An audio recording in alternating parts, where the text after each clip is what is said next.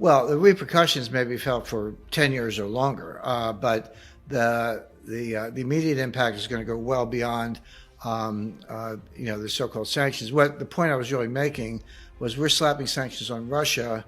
Russia is hitting back with some retaliatory actions, and it's pretty easy to look at the direct impact of that, but there's second order and third order effects that will pop up all over the world and could very quickly get out of control. Think of it as the economic equivalent of a nuclear war. Nobody wants a nuclear war, but I studied a nuclear war fighting actually in the beginning of the late 1960s with Herman Kahn, Henry Kissinger, the Wallstetter, the leading scholars of the time.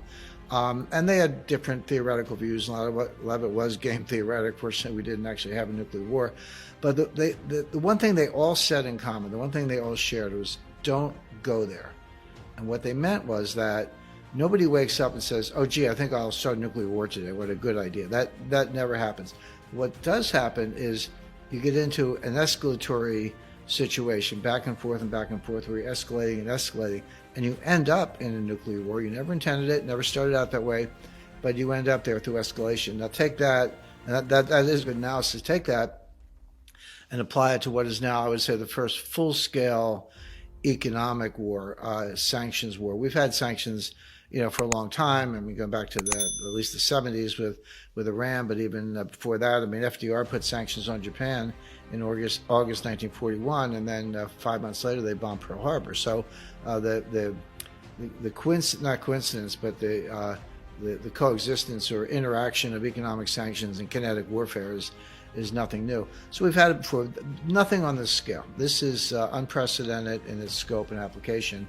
And my only point is the effects of this are going to not just last a long time, yes, but they're going to pop up in very, very unexpected places. And Danielle, one thing quickly before we jump into this, obviously, economic sanctions, economic warfare are among my areas of expertise. I've done a lot of it for years, but I do a seminar for kind of mid-career big thinkers in the military run by the U.S. Army War College, but it involves all branch, and I teach the seminar in financial warfare.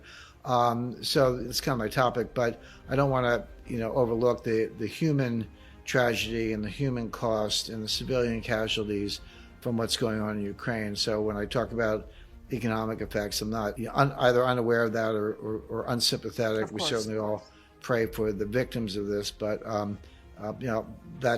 that's on the news every night. We get enough of that, but I don't think the economic side of it, which is our subject, is not that well understood. I did. Let me make the point. This was there was never a war that was easier to prevent. There's never been a war that's easier to prevent, and there's never been a war that's easier to end. You could end this war in 48 hours or less. Having said that, I did expect that through a series of policy blunders and escalation, in this case military escalation and political escalation, that this war would take place. And thank you for mentioning that, Danielle. That's from 2015. Go back to 2011, my first book, Currency Wars. The first two chapters of that are an economic war game.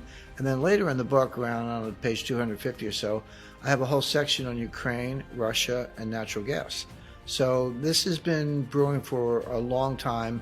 You can go back to the 2008 Bucharest Declaration, but if you wanted to pick one thing and say, hey, when did this thing take a turn for the worse? Right. So that we were on a path to war.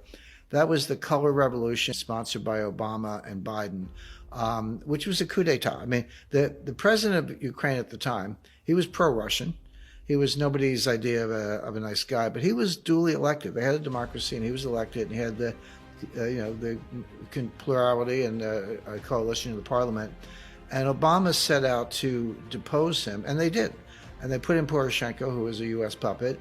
And at the same time, like 2 months after the color revolution, 1 month before Poroshenko, Putin took Crimea. He said, okay, that's how you want to play, fine. You move away from neutrality, move towards NATO, I'll take Crimea, your move.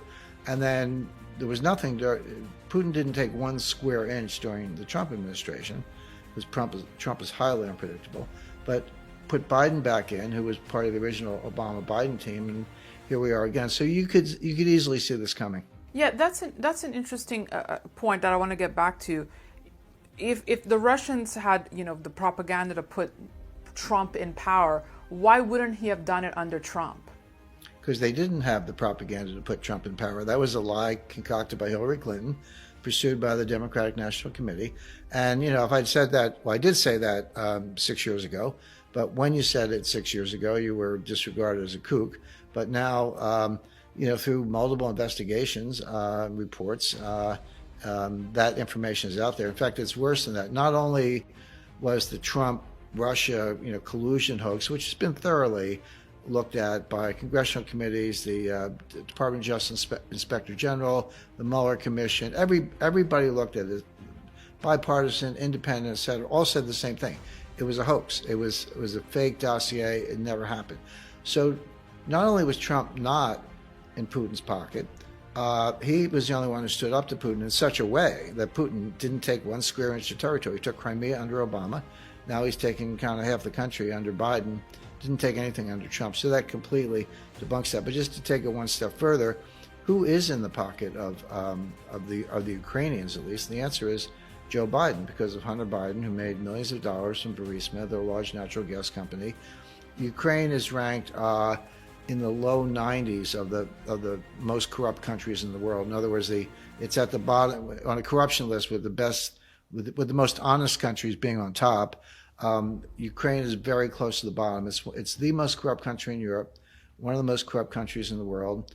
Zelensky is just another oligarch, just another phony, and he just banished 11 political parties that make up the rest of the parliament. He banned all their parties, arrested some of their leaders, took over the state media.